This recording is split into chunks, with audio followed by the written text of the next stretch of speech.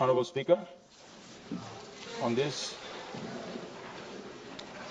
important legislation, the discussion has been underway since this morning.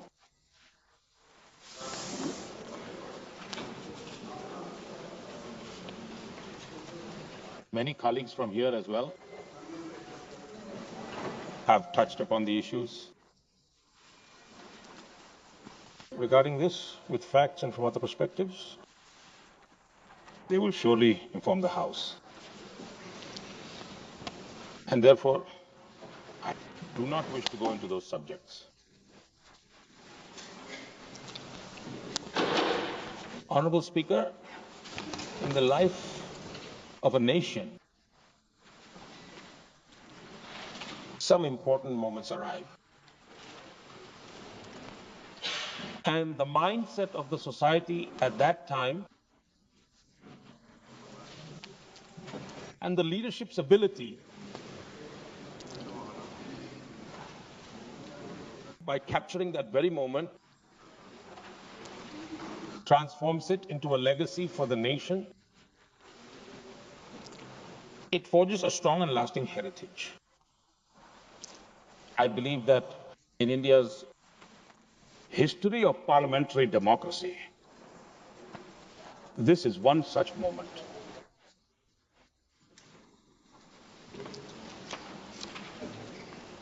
The necessity was that 25 to 30 years ago, when the idea first emerged and the need was felt, we should have implemented it, and by today we would have taken it quite to a significant level of maturity. And according to the need, improvements would also be made from time to time. And this is the beauty of democracy. We are the mother of democracy. We have a democratic history spanning thousands of years, which has been a journey of development. And in that journey of development, a new auspicious opportunity to add a new dimension has been bestowed upon all of us colleagues here in the House. And as I have stated in the beginning, that we are all fortunate that we have such an important, and to half the population of the country, in this nation building and policy making process, we are getting the privilege of making them stakeholders.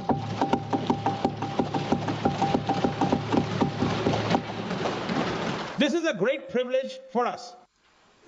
And I want all my honorable members of parliament, I do not wish to talk about other things today.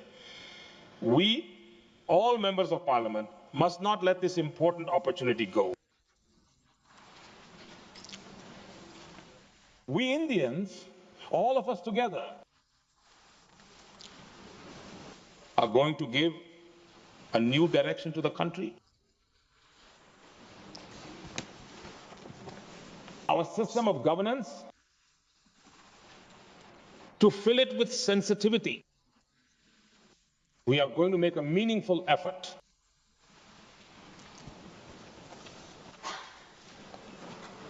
And I am confident that the nectar that will emerge from this churning will certainly decide the form and nature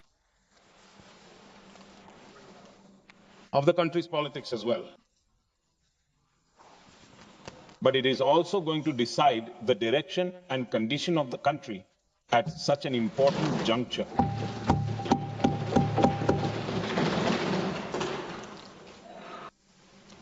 Honorable Speaker, sir, India in the 21st century is moving forward with a new confidence.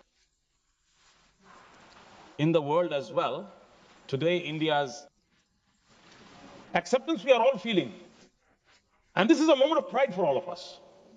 A time has come for us. And we have linked this moment to our resolve for a developed India. And I firmly believe that a developed India does not just mean excellent railway lines, infrastructure, or just some figures of economic progress. We are not people with such a limited vision of a developed India. We want a developed India in whose policy making the mantra of Sabka Saath, Sabka Vikas is truly embodied.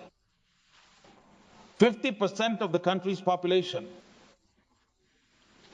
should become a part of policy making. This is the demand of the time. We are already late, whatever the reasons may be, whoever may be responsible. But we have to accept this truth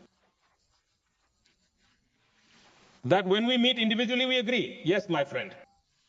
But when we meet collectively, I remember that when its process was underway, I met with all the parties except for one party. Of all those whom I have met, not a single one has shown any opposition on principle. Whatever may have happened later, a political direction is now being taken. But to those who only think in a political direction, I would also like to advise them. I advise as a friend, and it will be useful to everyone. In our country, ever since there has been a discussion regarding women's reservation. And after that, whenever an election has come, in every election,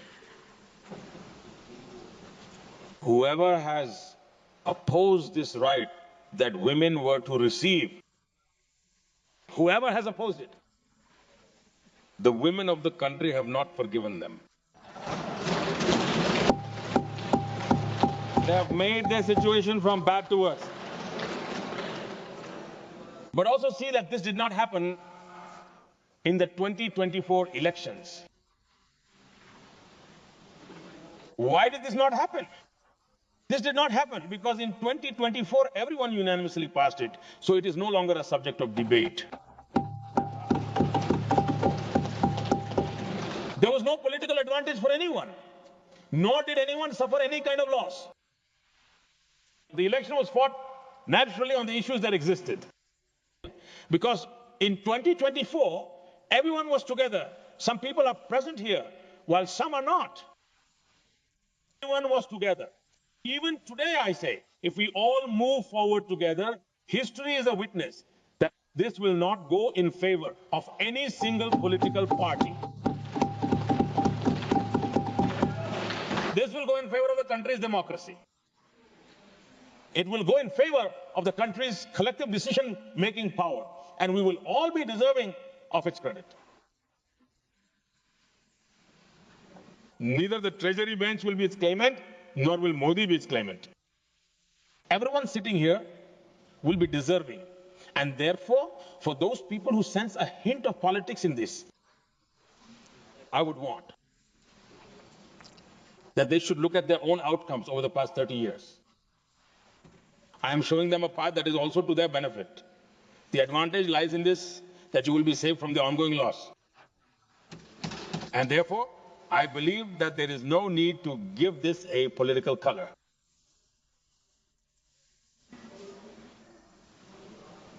Honorable Speaker, sir, I remember at that time I was not in the politics of the administrative system. I used to work as a worker for the organization. At that time, a discussion was often heard in the corridors that look at what kind of people these are.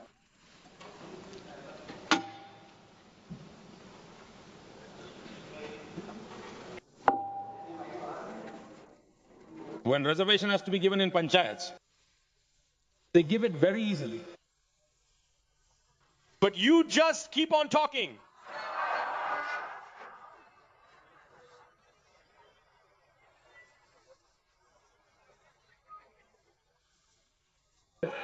When reservation has to be given in panchayats, they give it easily because in that, their own position is not at risk. They think we are safe, so give it there. This was a major topic of discussion in the corridors at that time, that they would never do it for those sitting here because they would lose something. And that is why it is done for the panchayats.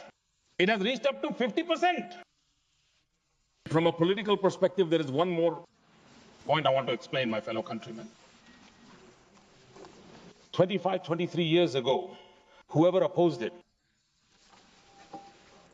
the opposition did not go below the political surface. Do not make the mistake of thinking so today.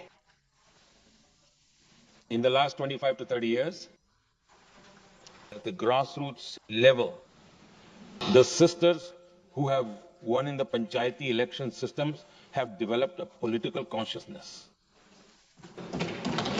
They are opinion makers from the grassroots level. 30 years ago, they used to remain silent. They would not speak. They understood, but would not speak. Today, they are vocal. And that is why, now, whatever the arguments for or against it may be, those lakhs of sisters who have at some point or another worked in panchayats have held representative positions and have deeply seen the problems of the people's joys and sorrows. They are agitated. They say that you involve us in the work of sweeping and cleaning up garbage. That used to happen in the family as well. Now include us in the decision-making process. And decision-making processes happen in the assembly and in parliament. And that is why, for those people who are in political life, who want progress, I am talking about any MP, I am talking about any MLA. I am not talking about this party or that party. Whoever in political life wants to move forward successfully, they will have to accept this. That over the last 25 to 30 years, lakhs and lakhs of our sisters have already become leaders at the grassroots level. Now, within them, it is not merely about this 33% here. There as well, they are going to be influencing your decisions. And that is precisely why those who choose to oppose it today will have to pay a heavy price for a very long time to come. A price has to be paid for a long time. And for that reason, political wisdom also lies in the fact that we, at the grassroots level, the political leadership of women that has already been established, you will now have to take that into serious consideration. Here, I have heard that since the time of our Mulayam Singh ji, they have been raising an issue, and his family members are also bringing it up. Have faith in the sisters of the country. Have faith in their wisdom. Let 33% of sisters come here once. Let them come and decide whom to give it to and whom not to this section or that section. They will make the decision. Why do we doubt their capability? Once, let them emerge.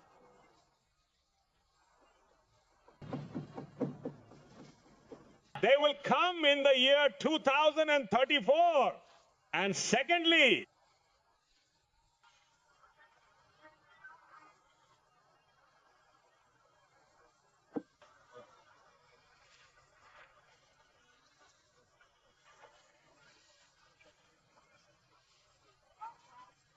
Dharmendra ji, I am very grateful. I am truly very grateful to you that you have revealed my identity.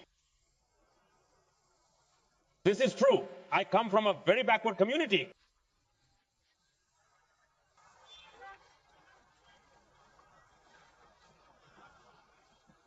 Dharmendra ji, I am very grateful to you. And Akhilesh ji is my friend, so sometimes he helps out.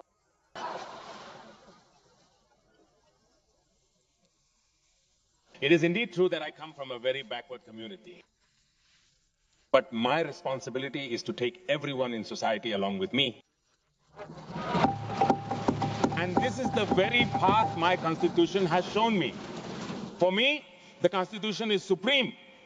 And therefore, And this is the power of the Constitution, that a person such as myself, from an extremely small and very backward community, has been entrusted with such a great responsibility by the nation.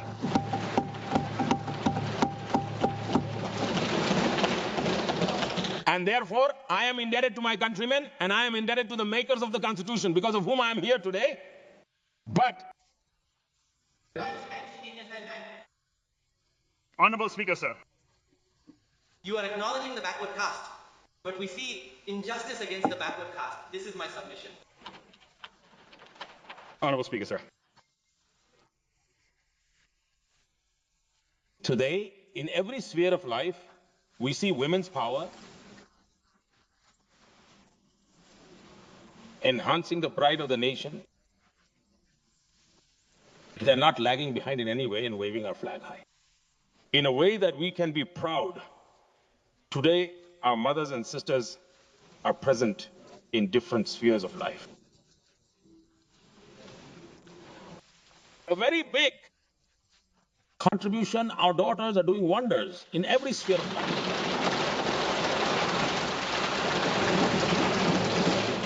Such immense capability. Why should we prevent them from participating? We are expending so much energy. Their inclusion will increase our strength. And therefore, I have come to appeal to you today that you do not weigh this on the scales of politics. This is a decision in the national interest.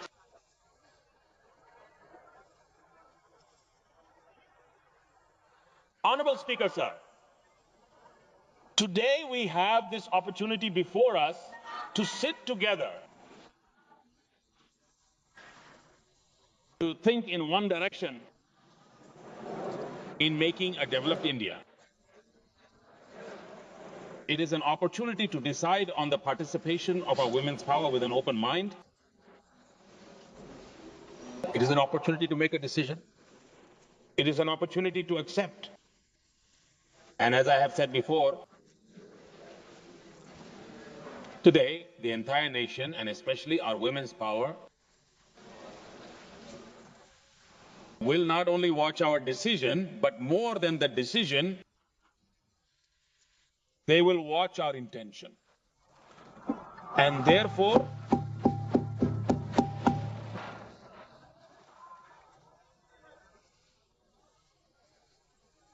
the women's power of the country will never forgive any flaw in our intention.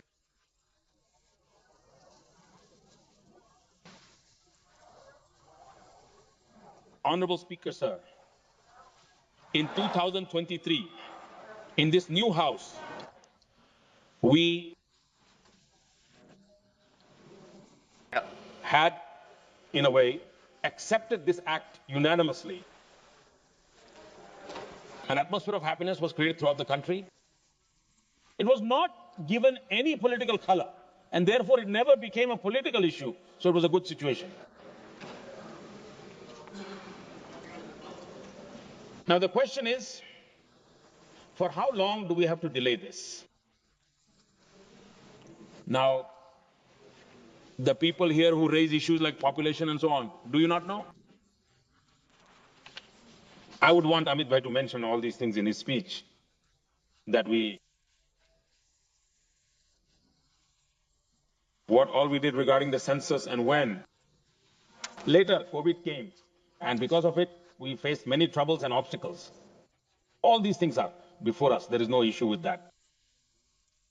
However, in the recent past, when we were holding discussions in 2023, the widespread opinion was that this should be done quickly. Everyone was saying to do it quickly, but 2024 was not possible because it was difficult to do in such a short time. Now, we have an opportunity in 2029, and if we fail to do it even in 2029, then can we imagine what the situation will become? We will not be able to build that confidence among the mothers and sisters of the country that we could have truly made an effort in the most sincere sense. And for that reason, it is the demand of the times that we should not delay any further. During this time, with people from political parties, with people knowledgeable about the Constitution. Many discussions were also held with such people who work as activists among women, and some people even came forward on their own to give suggestions. After a great deal of deliberation, and even here, there have been continuous discussions with all the political parties. They have happened in a structured way and also informally. And out of that, ultimately, some path will have to be carved out so that we can be able to integrate the strength of our mothers and sisters. Honorable Speaker, sir, one thing I would definitely like to say.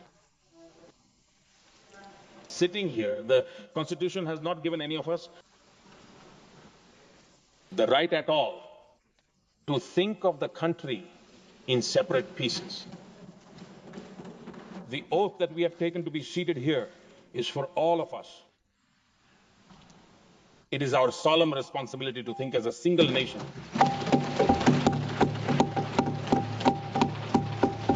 Whether it is Kashmir or Kanyakumari, we can neither think in fragments nor can we make decisions in fragments. And therefore, in a baseless manner, in which there is no truth, not even a shred of truth, only to gain political advantage, a storm is being created. Today, I, with great responsibility, want to say from this sacred place in this house, whether it is the south, north, east, or west, whether they are small states or large states, today I want to say with a sense of responsibility that the decision-making process will not discriminate against anyone.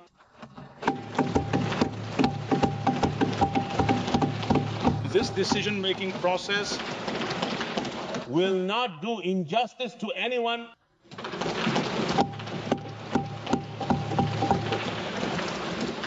The governments that existed in the past and the delimitation that took place during their tenure and the proportion that has been followed since that time, there will be no change in that proportion, and the increase will also be in the same proportion.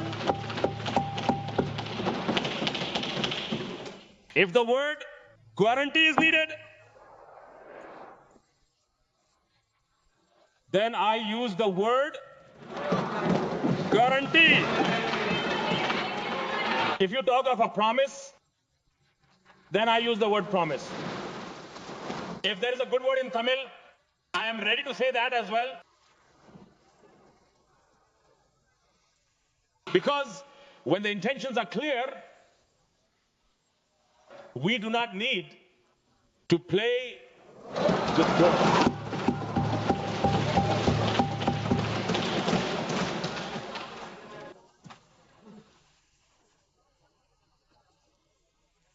Honorable Speaker, sir, today I also want to tell all my colleagues in the House,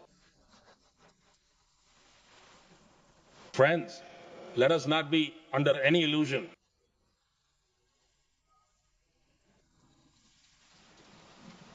Let us not have that arrogance. And I am using the word we. I am not talking about I and you. Let us not be under this illusion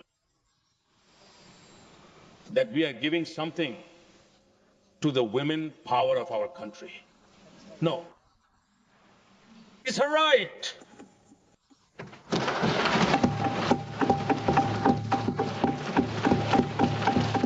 We have held it back for many decades. Today is an opportunity for us to atone for that and free ourselves from that sin.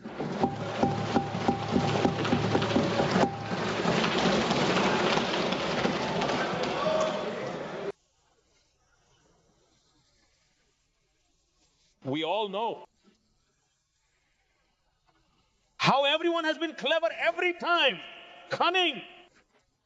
Of course, we are in favor of it, but Prajin, we are with it, but Prajin, every time some technical hitch was added to it, and it was stopped. Every time such things have been brought up, you do not have the courage to oppose the 33% reservation for women. Those days are gone. You do not want to do it, but you also lack the courage to say so. And therefore, technical excuses. If you do this, then that happens. If you do that, then something else happens. You will not be able to mislead the women of the country anymore. What the numbers game in the House will be, only time will tell. But it is certain that you, by creating complications based on various kinds of excuses and various technical issues, for 3 decades, you created obstacles and kept it entangled. You have achieved what you wanted to. Now, please let it go. Are 3 decades not enough to stop it? Yet you could not achieve anything. So at least do it now.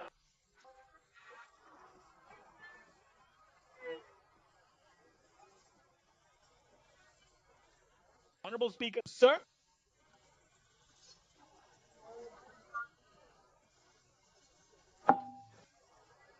Some people here think,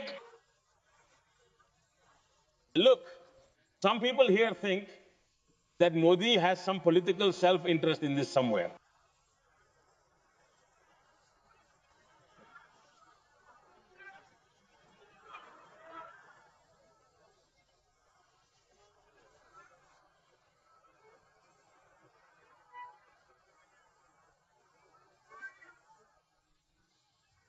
Let him speak.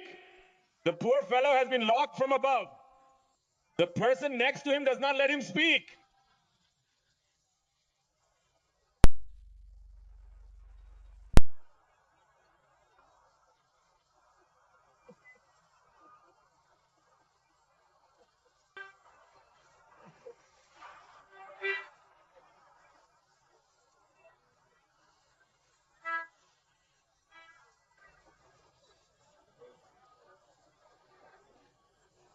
आप ना tangle board को आप ना take रहे हैं आदरणीय अध्यक्ष जी Speaker sir, let us proceed. Let us proceed, Speaker sir. You are not taking note. You are not taking note. Honorable Speaker sir. Look, if you choose to oppose this, it is only natural that I will be the one to gain politically. But if we move forward together, then no one will. Mark my words. No one will have it, because then it becomes a different matter. Then no one benefits. And therefore, we do not want the credit. Yeah. As soon as it's passed, I am ready to give an advertisement tomorrow to thank everyone. I am ready to have everyone photo printed. Go on. You can take the credit for it. Are you worried about the credit? Go on. Take the credit.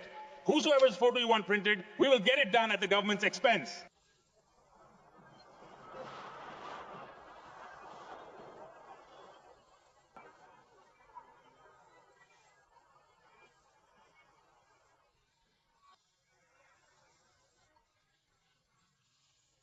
Offering you a blank check for all the credit.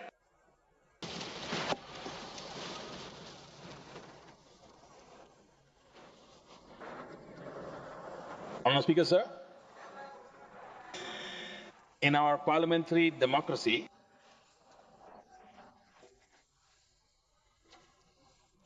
the participation of women, this is not just a game of numbers or a simple reform in a democratic system. It is not limited to that. As the mother of democracy, this decision is in line with our identity as the mother of democracy. This is a commitment from India. This is a cultural commitment.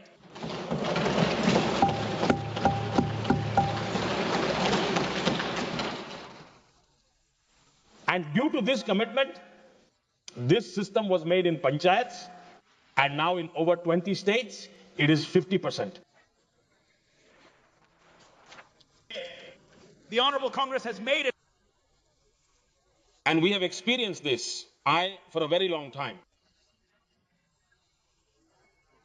For a very long period of time, as the Chief Minister,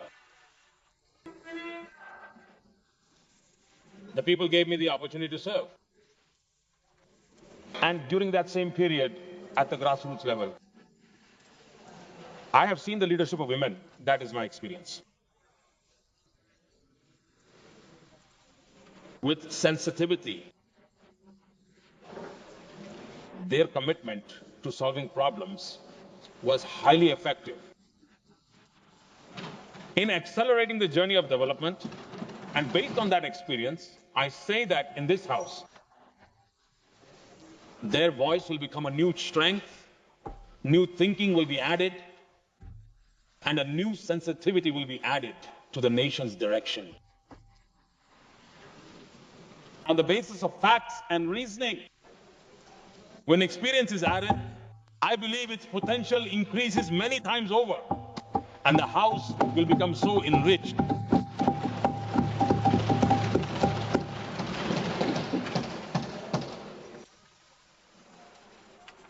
Honorable Speaker, sir, in our country, there is no shortage of experienced women power.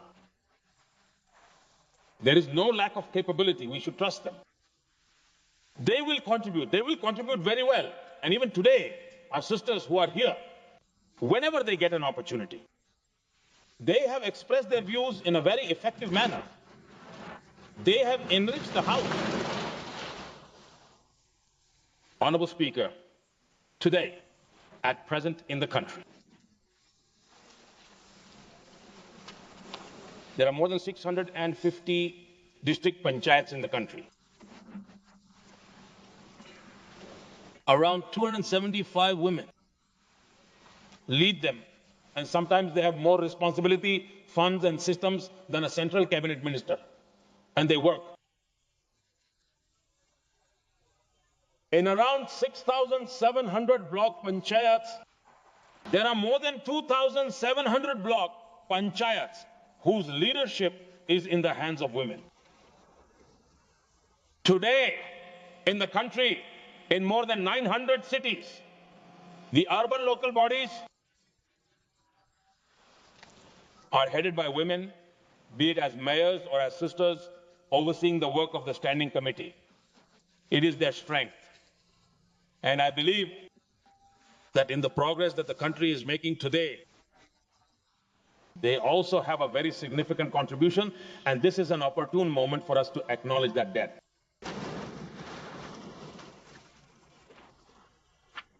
When this valuable experience is integrated with the House, it will undoubtedly multiply its strength manifold.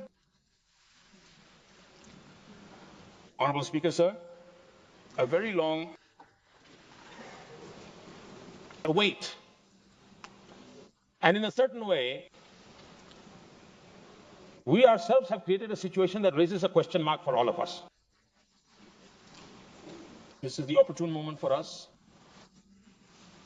to emerge from whatever old limitations and difficulties there might have been, to move forward with courage, and for Nari Shakti to ensure their participation, development. And I am firmly convinced that if we make a decision together today,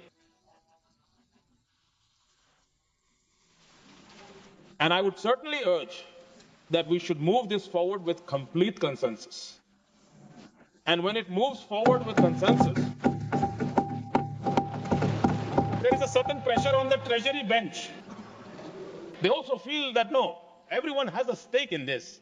Let us consider everyone's point of view. There is no harm in it. Through collective strength, we certainly achieve many good and positive results. Honorable Speaker, sir.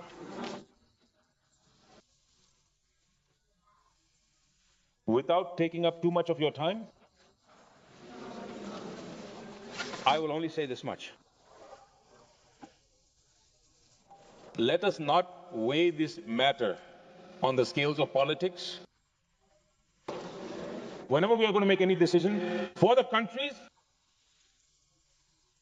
Those who are shouldering half the responsibility of such a large country, they also have a certain right to come here. We should not stop them. And secondly, regarding the numbers, regarding the numbers,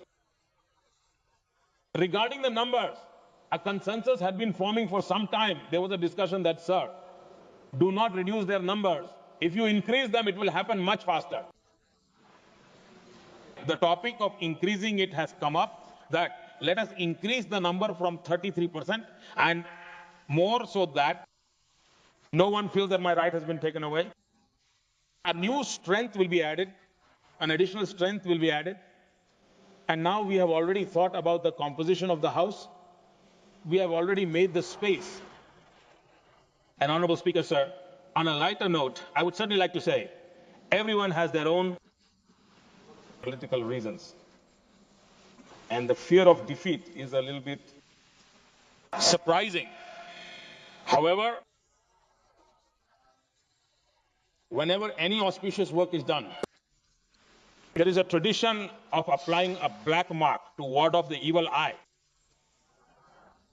I thank you for applying this black mark. Thank you very, very much.